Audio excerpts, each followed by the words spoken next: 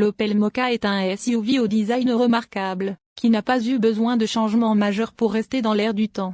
Ainsi, son restylage chirurgical affecte modestement les pare-chocs et les phares, tandis que l'intérieur a vu les écrans, la console centrale et le volant mis à jour. Le SUV Lightning conserve donc ses principales qualités pour rivaliser avec ses rivaux. Nous parlons des Hyundai Kona-Mi 2025, Kia Stonic, MG ZS 2025, Nissan Juke, Peugeot 2008, Renault Captur et Sierra. Le 1.2 PureTech n'est pas infréquentable, mais ses 130 chevaux paraissaient un peu juste pour un Mokka qui arbore l'esthétique et la plus sportive de la gamme Opel. L'arrivée du nouveau bloc hybride de 136 chevaux lui permet de gagner 6 chevaux mais surtout d'obtenir une assistance électrique à bas régime de 28 chevaux et 55 Nm. Les excellentes impressions recueillies à bord des autres modèles du groupe Stellantis se confirment au volant du petit SUV sur route et autoroute. La gestion de la transmission à triple embrayage fait toujours merveille, au point que l'on ne touche pratiquement pas aux palettes au volant, même sur les routes montagneuses et sinueuses, de notre essai. Le moteur reprend en toutes circonstances, et les passages de vitesse éclair donnent même au SUV un petit côté GTI qui lui va d'autant mieux qu'il a conservé ses réglages de suspension très fermes. La sonorité du 3 cylindres, assez présente en charge, accompagne même ce petit caractère sportif. Depuis que les GTI ont quasi disparu, on se contente de peu. Il ne s'agit pas seulement d'impressions nostalgiques. Opel annonce un seconde de mieux au 0 à 100 km/h par rapport à l'ancien modèle doté du 130 chevaux à boîte manuelle. On apprécie la direction précise et plutôt directe de ce véhicule qui donne l'impression de conduire une berline, mais on goûte moins son manque de confort et surtout de filtrage de suspension.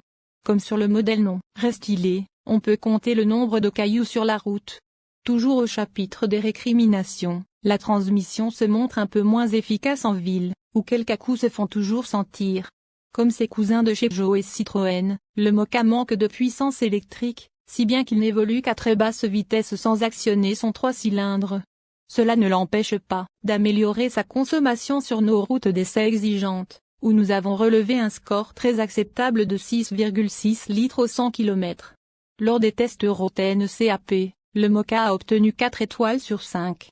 C'est assez décevant, mais il est difficile de comparer le score du Mokka avec celui de ses concurrents, car ils ont été testés à des années et selon des protocoles différents. Quoi qu'il en soit, chaque Mokka est équipé de série de nombreux équipements de sécurité, notamment le freinage d'urgence automatique, AEB, indispensable, avec détection des piétons de série, et l'assistance au maintien dans la voie. En optant pour la finition haut de gamme Multimat, vous bénéficiez d'équipements de sécurité supplémentaires, notamment la surveillance des angles morés, sur les versions automatiques, l'assistant de maintien dans la voie.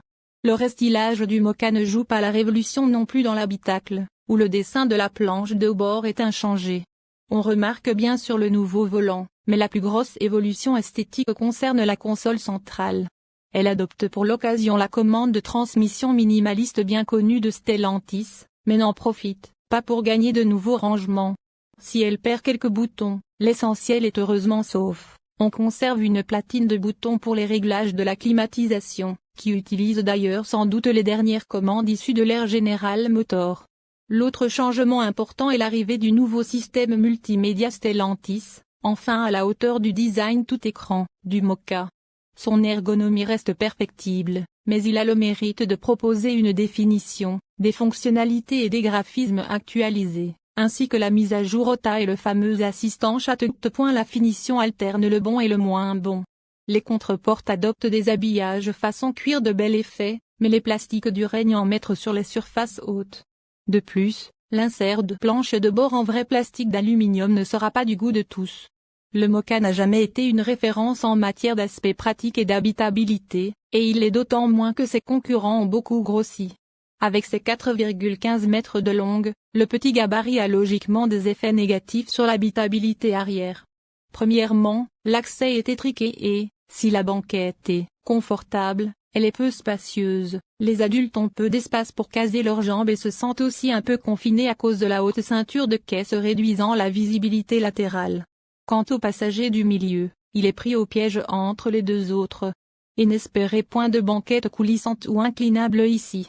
Quant au coffre, il est plutôt limité, de 350 à 1105 litres, en essence et micro-hybride, voire de 310 à 1060 litres pour la version full électrique.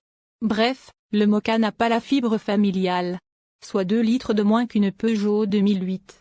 Le précédent Moka n'y allait pas exactement avec le dos de la cuillère côté tarif. Opel a entendu les critiques et pas qu'un peu. Autrefois disponible à partir de 30 700 €, le SUV est désormais proposé à 29 500 € avec la motorisation hybride 136 chevaux dans la même dotation d'accès édition et à 31 500 € en GS, sans compter les remises affichées sur le site de vente directe.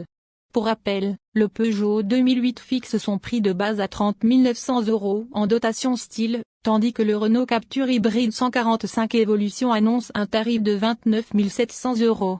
Une baisse alléchante, mais la nouvelle politique d'option fait un peu plus grimacer, puisqu'il faut passer par un coûteux pack techno à 3 100 € sur la GS si l'on veut bénéficier de l'entrée main libre, de la navigation ou même du radar de stationnement avant, aucun de ces équipements n'étant disponible de manière individuelle. La simplification n'a pas que du bon. À noter que, dans cette motorisation de 136 chevaux, le Moka échappe aux fourches de plus en plus caudines du